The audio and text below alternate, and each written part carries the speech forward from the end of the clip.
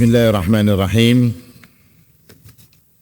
Assalamualaikum warahmatullahi wabarakatuh. Alhamdulillah, nahmaduhu wa nasta'inuhu wa nastaghfiruh wa na'udzu billahi min shururi anfusina wa min sayyiati a'malina. Man yahdihillahu fala mudilla lahu wa man yudlil falan tajida lahu waliyan murshida.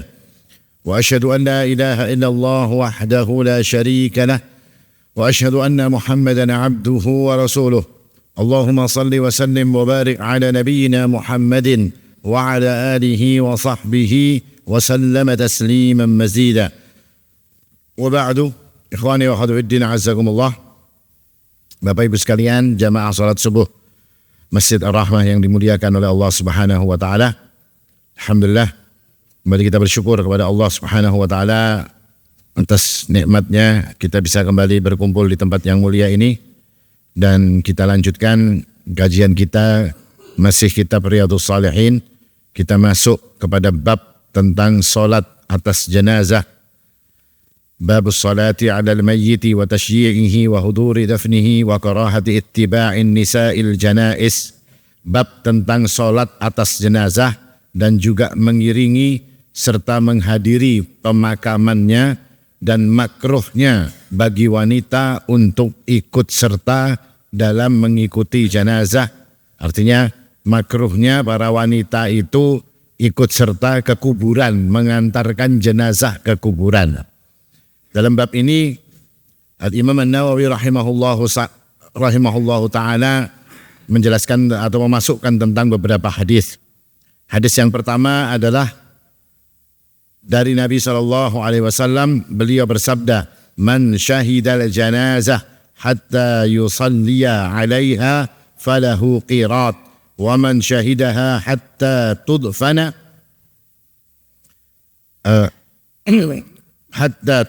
falahu qiratan." Orang yang menghadiri jenazah sampai dengan disolatkan maka dia dapat 1 qirat. Kalau sampai dikuburkan dapat 2 qirat. Lalu ditanya, wa mal qiratan? Qala mithla al-jabalainil azimaini. Seperti apa qirat, 2 qirat itu wahai Rasulullah? Lalu Nabi menjawab, seperti 2 gunung yang besar. Hadis yang kedua mengatakan, manittaba'a janazata muslimin imanan wa ihtisaban wa kana ma'ahu hatta yusalli 'alaiha wa yufragha min dafniha fa innahu yarji'u min al-ajri biqirataini kullu qirat mislu Uhud wa man shalla 'alaiha thumma raja'a qabla an tudfana fa innahu yarji'u biqirat.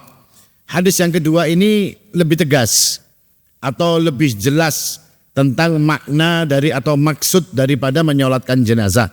Kata Nabi SAW, siapa yang mengikuti jenazahnya seorang muslim dengan iman dan mengharapkan pahala.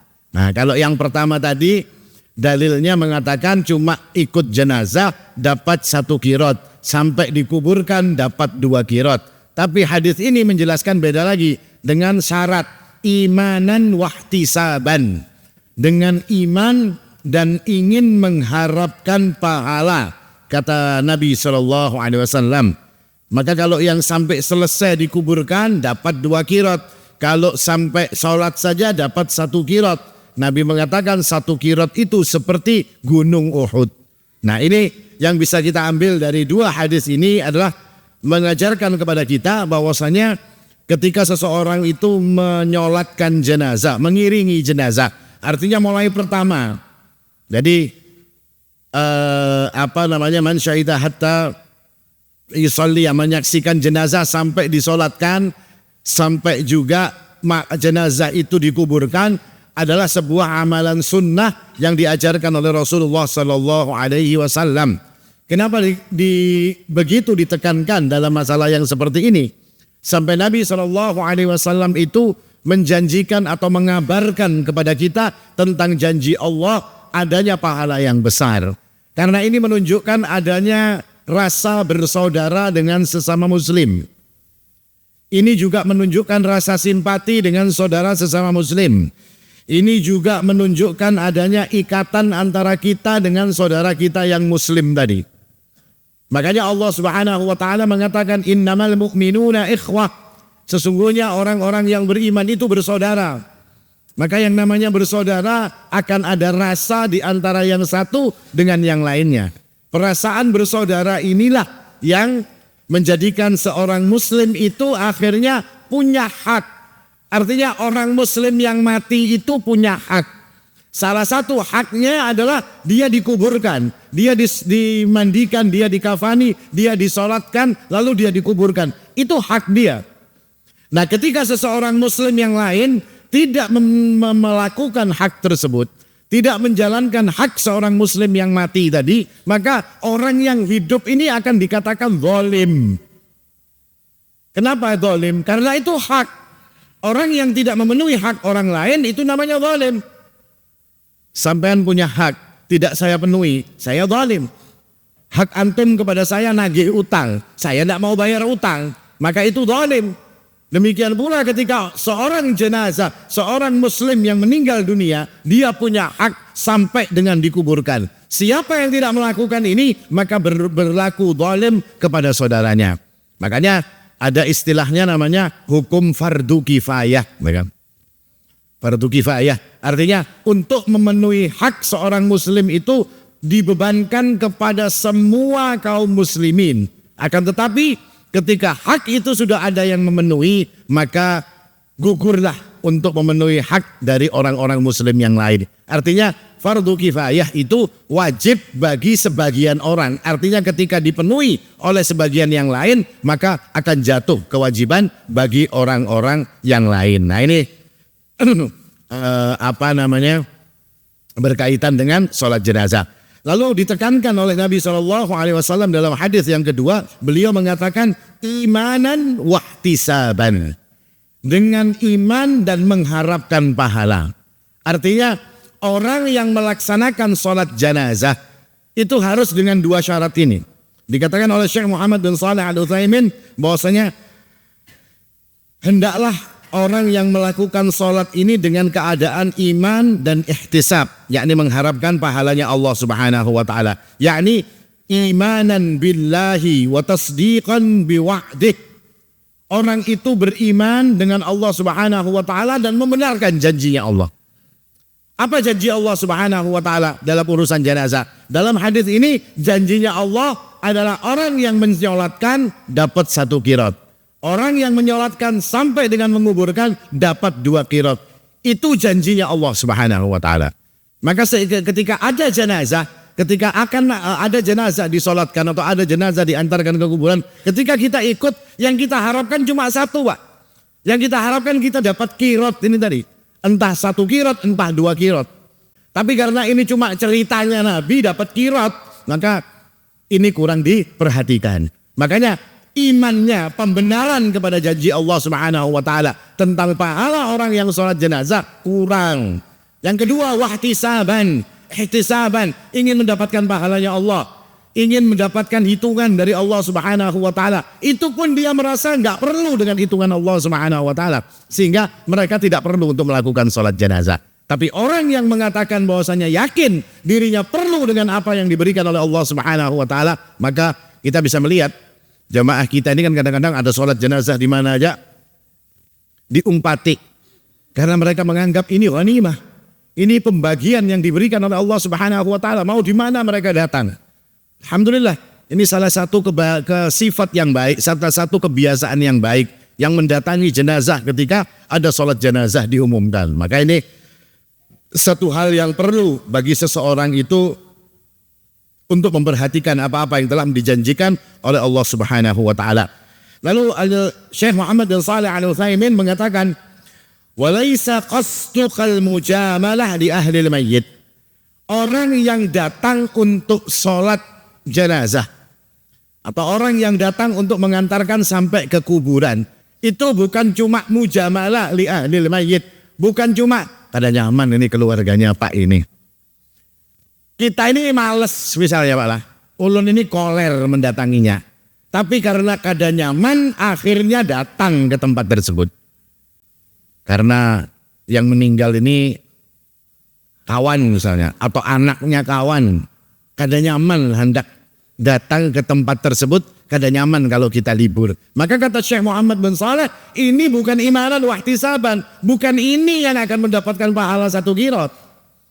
Jadi nggak ada istilahnya kata Syekh, orang ini merasa nggak enak. Oh saya nggak enak kalau kada datang. Kalau kada datang nggak enak. Kalau pina ditakunakan sidin muha kita kada terlihat, ya kan? Kalau sudah datang pun nggak enak, berusaha untuk bertampai dulu supaya apa? Supaya tahu, ya kan? Oh saya datang, berarti saya sudah datang. Ini mujamalah namanya. Kata Syekh Muhammad bin Shalih Al-Utsaimin, pahala 1 qiraat, pahala 2 qiraat bukan untuk yang seperti ini. Tapi pahala 1 qiraat akan diberikan kepada yang imanan wa ihtisaban. Pahala 2 qiraat diberikan kepada yang sampai menguburkannya dengan imanan wa ihtisaban. Itu yang akan diberikan oleh Allah Subhanahu wa taala. Kalau cuma mujamalah, sungkan, ya bahasa kita ini kada nyaman, sehingga dia datang untuk menguburkan, maka itu tidak termasuk di dalam urusan-urusan yang dikatakan dalam hadis. Memang benar. Kalau urusan mujamalah tadi kita cuma mau berbuat baik, bersikap baik dengan orang yang berduka, orang yang keluarganya meninggal dunia karena keadaan nyaman dan segala macam. Memang kita akan dapat balasan di dunia.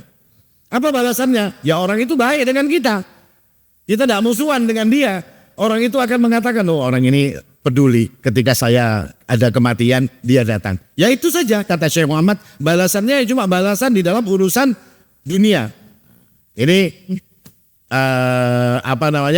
penekanan dari beliau agar orang yang datang untuk melaksanakan sholat jenazah itu dengan iman dan dengan ihtisab. Artinya iman, percaya bahwasanya yakin dengan pahala yang dijanjikan oleh Allah dan memang mengharapkan, sudah yakin mengharapkan. Jadi dua-duanya harus dipenuhi. Kata Syekh Muhammad bin Shalih Al-Utsaimin menjelaskan berkaitan dengan bab ini. Ini berkaitan dengan sholat jenazah. Bab yang hadis yang ketiga adalah hadis dari Ummu Atiyah radhiyallahu anha. Qalat, Ummu Atiyah ini berkata, nuhina 'an ittiba'il janaiz wa lam yu'zam 'alaina. Ummu Atiyah ini mengatakan, nah ini mungkin yang sering jadi perdebatan di kalangan para ulama. Kadang-kadang ini juga dijelaskannya juga setengah-setengah. Tapi para ulama menjelaskan dalam masalah ini sebetulnya penjelasannya lengkap. Ummu Atiyah mengatakan, nuhina an, kami ini dilarang, anit tiba'il janaiz. Para wanita itu dilarang untuk mengikuti jenazah. Maksudnya wanita itu dilarang, kata Ummu Atiyah, untuk ikut sampai ke kuburan mengikuti jenazah. Dilarang seperti itu. Tapi beliau mengatakan, walam yu'zam 'alaina. Tapi pelarangan itu tidak ditekankan, kata Ummu Atiyah. Nah makanya dengan hadis ini, berdasarkan hadis ini, maka para ulama kemudian berselisih pendapat. Tetapi jumhur ulama atau kebanyakan ahli ilmu dari kalangan 4 mazhab, jadi dari kalangan madhab Hanafi, madhab Maliki, madhab Syafi'i, dan juga madhab Imam Ahmad bin Hanbal, keempat madhab ini mengatakan, apa hukum dari seorang wanita yang ikut serta mengantarkan jenazah ke kuburan? Pendapat mereka 4 madhab itu adalah makruh. Kenapa dikatakan makruh? Karena kata Ummu Atiyah radhiyallahu anha, Ummu Atiyah mengatakan bahwasanya kami dilarang untuk mengikuti jenazah. Tapi kata Ummu Atiyah, perkara ini tidak ditekankan oleh Nabi, tidak ditegaskan oleh Nabi Muhammad SAW. Kami cuma dilarang saja, kata beliau radhiyallahu anhu. Makanya para ulama kemudian berselisih dalam masalah jenazah ini tadi, dalam masalah perempuan mengikuti jenazah. Seperti apa perselisihan mereka? Perselisihan mereka itu rata-rata mengatakan seperti Hanafi, hukumnya makruh tahrim. Makruh tahrim itu makruh tapi sudah sudah mendekati dengan haram. Dekat sekali dia dengan haram. Kenapa makruh kok bisa seperti itu? Nah ini nanti tergantung dari kondisi wanitanya yang umpat ke kuburan tadi. Kalau umpat ke kuburan sambil niya'ah, sambil teriak-teriak, ya kan, sambil nanti penampilannya penampilan jahiliyah, atau mungkin nanti menjadikan sebab orang terkena fitnah dengan wanita ini, atau mungkin ada ikhtilat di dalam kuburan tersebut, maka ini kata Abu Hanifah mazhab Hanafi, ini jatuhnya kepada haram. Asalnya dia makruh, tapi jadi haram dengan sebab yang seperti ini. Kalau pendapat Maliki cuma mengatakan makruh, kayak itu aja. Kalau pendapatnya Syafi'i juga mengatakan makruh, sama dengan pendapatnya mazhab Malik.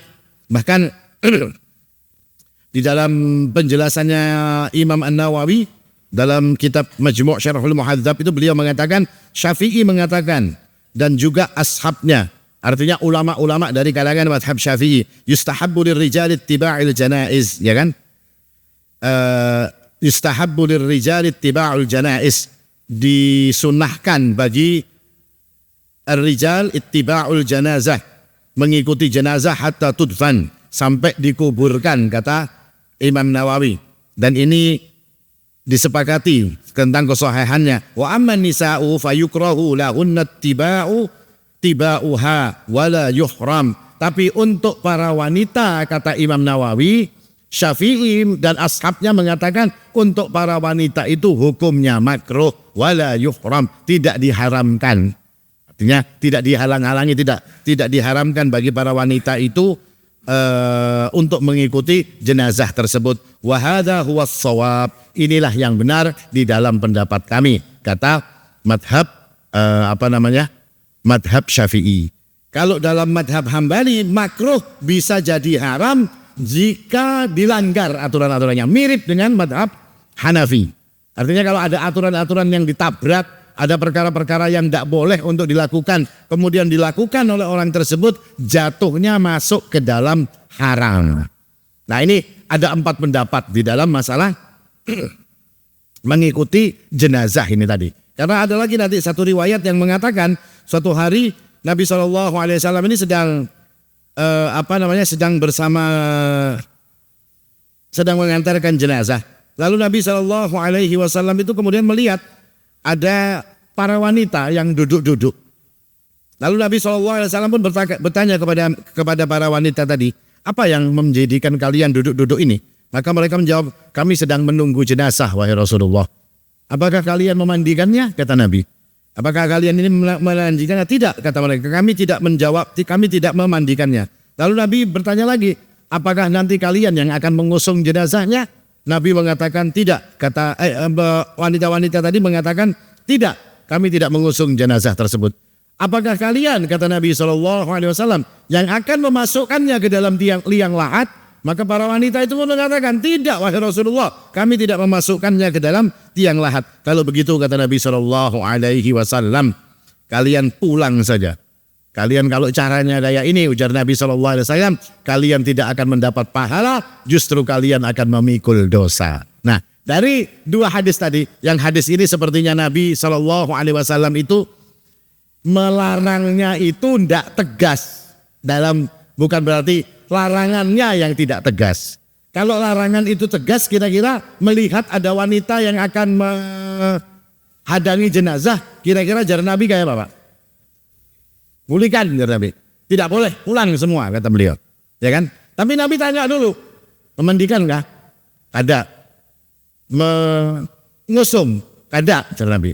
Memasukkan ke dalam kuburan? Kada. Sudah boleh kajak, kata Nabi. Nah, artinya kata Ummu Atiyah, larangannya itu enggak tegas. Larangannya, bukan nabinya tidak tegas. Tapi larangannya itu tidak bersifat mutlak tegas harus disuruh pergi. Nah, maka dengan ini para ulama mengatakan jumhur ahli ilmu, jumhur ulama dari 4 madhab mengatakan hukum daripada mengantarkan jenazah bagi wanita itu adalah makruh. Nah, makruhnya ini tadi ada sebagian yang memberikan embel-embel. Kalau makruh itu diiringi dengan tangisan yang seperti niyahah, maka itu akan menjadi haram. Kalau ada ikhtilat, itu haram. Kalau misalnya wanitanya berpenampilan seperti orang-orang jahiliyah, itu juga haram. Kalau wanita ini menjadikan dirinya sebab fitnah di kuburan, maka ini juga haram.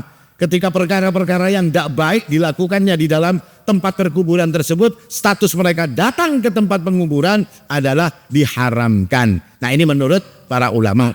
Tapi menurut hadisnya memang tidak ditegaskan. Tapi ada lagi kelompok ulama yang wallahu a'lam yang mereka mengatakan mutlak haram bagi seorang wanita untuk datang atau mengiringi jenazah sampai ke kuburan. Kenapa mereka mengatakan haram ini? Karena kata mereka alasannya adalah berdasarkan sifat para wanita.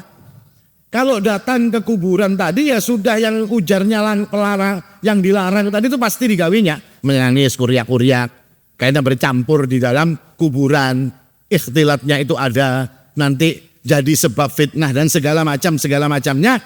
Kata para ulama seperti penulis kitab ini atau pensyarah kitab ini, Syekh Muhammad bin Saleh mengatakan bahwasanya yang dipilih oleh beliau rahimahullahu ta'ala adalah pendapat yang mengatakan haram bagi seorang wanita untuk mengikuti jenazah ke pekuburan atau ke tempat pemakaman. Wallahu a'lam, tetapi pendapat yang lebih hati-hati insyaallah adalah pendapat yang para wanita itu sebetulnya nggak perlu untuk datang ke kuburan. Kita mungkin tidak mengatakan haram mutlak, tidak. Tapi tidak perlu bagi mereka untuk datang ke kuburan mengantarkan jenazah. Kalau mau ziarah kubur silahkan, itu sunnah Nabi yang disunahkan pada semuanya.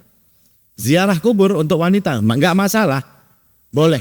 Tapi kalau untuk mengantarkan ke kuburan kita ingin keluar daripada perselisihan para ulama, mending enggak usah.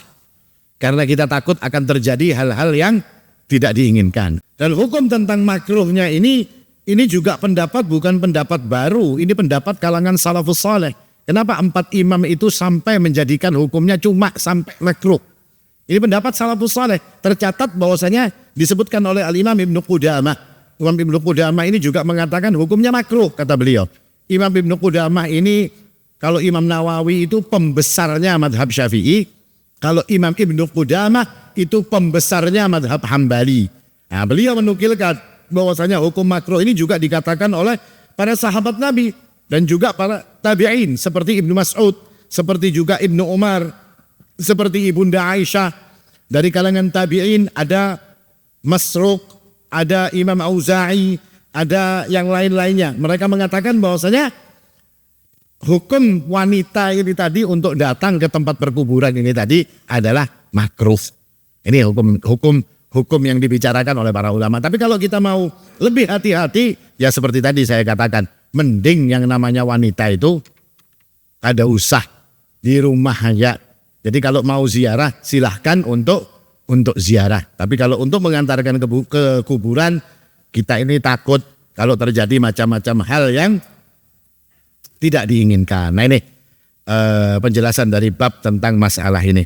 Bab berikutnya adalah tentang memperbanyak orang yang sholat jenazah dan menjadikan shaf daripada sholat jenazah itu 3 shaf fa'akthar, dijadikan 3 shaf atau lebih banyak. Ada hadis dari Nabi SAW,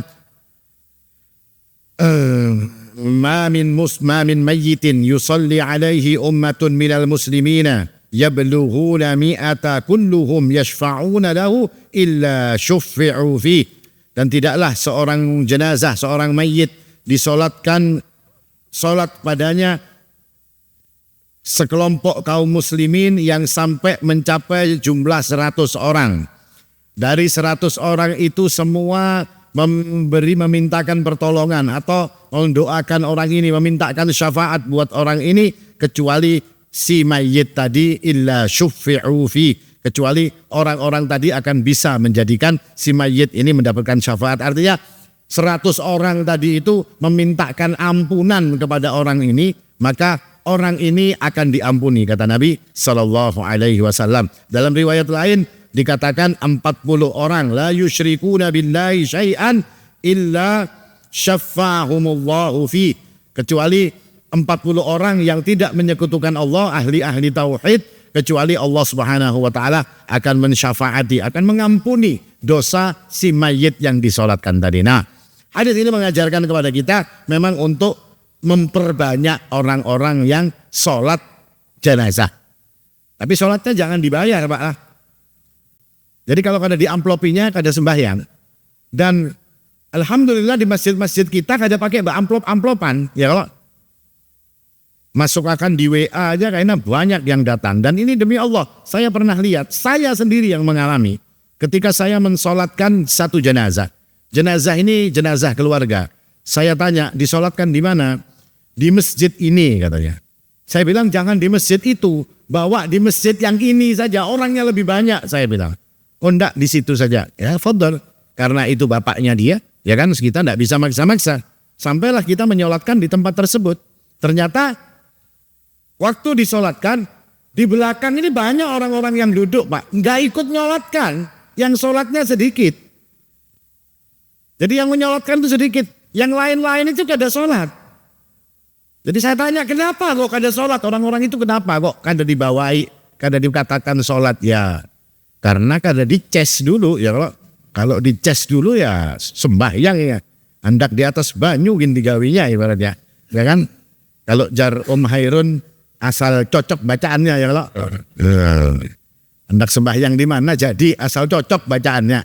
Bacaannya cocok. Nah yang seperti ini tidak boleh, yang seperti ini. Nah, tepat orang melakukan yang seperti itu. Karena apa? Karena hak dia untuk kita sholatkan. Dan kemudian untuk banyaknya orang yang menyolatkan, itu juga akan jadi sebab doa-doa mereka ini dikabulkan oleh Allah Subhanahu wa Ta'ala. Serta hadis yang lain yang mengatakan tentang disunahkannya untuk menjadikan 3 shaf. Jaza'ahum alaiha 3 ajza'. Thumma qala Rasulullah man shalla alaihi 3 sufuf faqad aujab. Ya. Disunahkan juga untuk menjadikan shafnya orang yang sholat jenazah itu ada 3 shaf. Nah, tapi kita harus jangan kaku-kaku juga ya Pak. Namanya 3 shaf itu kalau memungkinkan untuk dijadikan 3 shaf. Yang sholat 6. Ya kan, imamnya 1, makmumnya 5. Ya kan? Dijadikan 3 shaf. Ini namanya kayak main kereta apian ini Pak. Perpanjangan dia yang normal saja 3 shaf itu kalau memang orangnya memang bisa untuk dijadikan 3 shaf. Misalnya ada 100 orang, ya jadikan 3 shaf. Ada 60 orang, 1 shaf kita bikin 20. Nah yang seperti itu. Yang normal-normal aja ibaratnya. Nah ini kira-kira beberapa penjelasan disebutkan oleh Imam Nawawi dan juga Syekh Muhammad tentang masalah jenazah. Yang diutamakannya adalah tentang sholat jenazah dan mengikuti jenazah, serta yang lebih jelasnya, yang lebih ditekankan juga tadi adalah berkaitan tentang hukum wanita ketika mereka mengantarkan jenazah.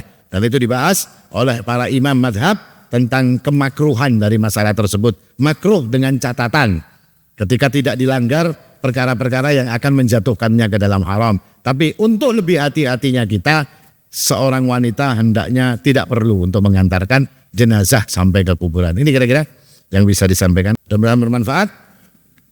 Aqulu qouli hadza wal haqqu 'inda Allah subhanakallahumma bihamdik asyhadu an la ilaha illa anta astaghfiruka wa atubu ilaik. Assalamu alaikum warahmatullahi wabarakatuh.